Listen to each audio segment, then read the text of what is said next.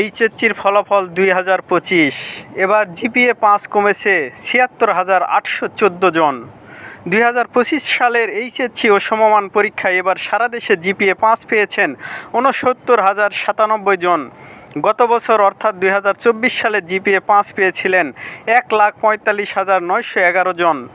সেই হিসাবে এবার জিপিএ 5 পাওয়া শিক্ষার্থীর সংখ্যা কমেছে ৭৬,৮১৪ জন।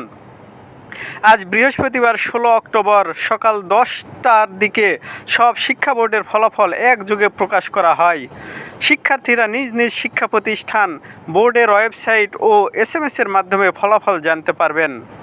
এবার এইচএসসি ও সমমান পরীক্ষার ফলাফলে গড় পাশের হার 58.83।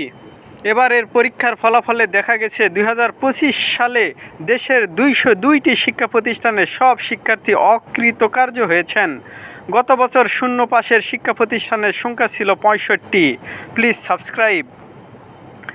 9টি সাধারণ শিক্ষা বোর্ডে পাশের হারে এগিয়ে ঢাকা বোর্ড, পিছিয়ে কুমিল্লা। এবারের ফলাফলের তুলনামূলক চিত্রে দেখা গেছে 9টি সাধারণ বোর্ডের মধ্যে পাশের হারে এগিয়ে ঢাকা শিক্ষা বোর্ড, আর ফলাফলে পিছিয়ে কুমিল্লা শিক্ষা বোর্ড। ঢাকা শিক্ষা বোর্ডে এবছর মোট পাশের হার 64.62, আর কুমিল্লা শিক্ষা বোর্ডে পাশের হার 48.86। এছাড়া রাজশাহীতে 59.40%, যশোরে 50.20, চট্টগ্রামে 52.57, বরিশালে 62.57, সিলেটে 51.86, দিনাজপুরে 57.49, ময়মনসিংহে 51.54% শিক্ষার্থী পাস করেছেন।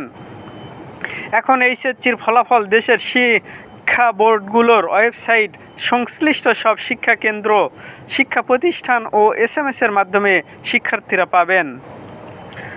আরও পড়ুন, 9টি সাধারণ শিক্ষা বোর্ডে পাশের হারে এগিয়ে ঢাকা, পিছিয়ে কুমিল্লা।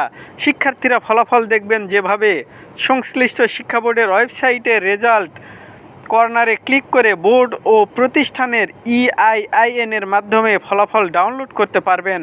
সব শিক্ষা বোর্ডের ওয়েবসাইটে রেজাল্ট কর্নারে ক্লিক করে শিক্ষা প্রতিষ্ঠানের EIN এন্ট্রি করে নিজ নিজ প্রতিষ্ঠানের রেজাল্ট শিট ডাউনলোড করতে পারবেন। 2. শিক্ষার্থীরা নিজ নিজ শিক্ষা প্রতিষ্ঠান থেকে শিক্ষা বোর্ডগুলোর সমন্বিত ওয়েবসাইট, ঠিকানা ও সংশ্লিষ্ট বোর্ডের ওয়েবসাইটের মাধ্যমে ফলাফল সংগ্রহ করতে পারবেন।